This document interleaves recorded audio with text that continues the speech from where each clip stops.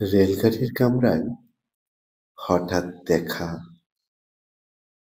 ভাবিনি সম্ভব হবে কোনোদিন। আগে ওকে বারবার দেখেছি, লাল রঙের শাড়িতে, ডালিম ফুলের মতো রাঙা।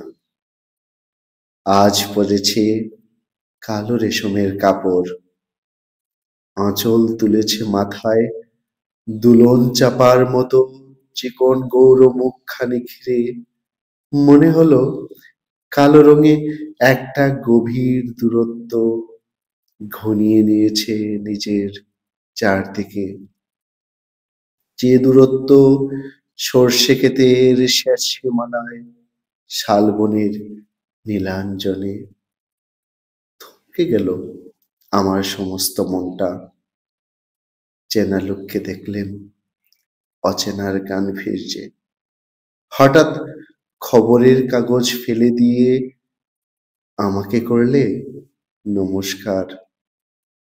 সমাজবিধির পথ গেল খুলে, আলাপ করলাম শুরু। কেমন আছো, কেমন চলছে সংসার, ইত্যাদি। সে রইল জানালার বাইরের দিকে চেয়ে, যেন কাছের দিনের ছোঁয়াচ পার হওয়া চাহনিতে।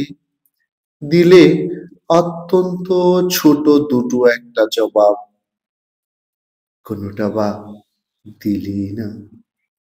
বুঝিয়ে দিলে হাতের অস্থিরতায়, কেন এসব কথা, এর চেয়ে অনেক ভালো চুপ করে থাকা। আমি ছিলাম অন্য বেঞ্চিতে ওর সাথীদের সঙ্গে।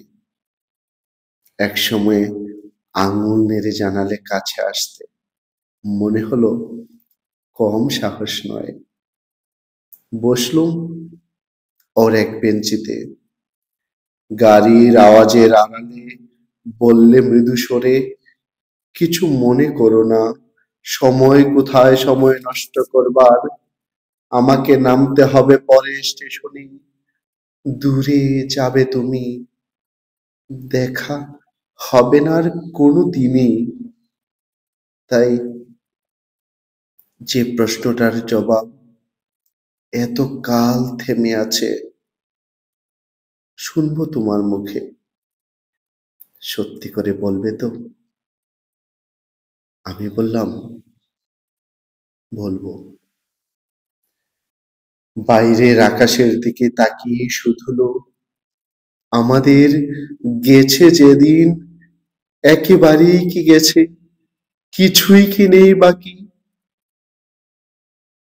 একটু রইলেন চুপ করে, তারপরে বললেন, রাতের সব দাঁড়াই আছে দিনের আলোর গভীরে।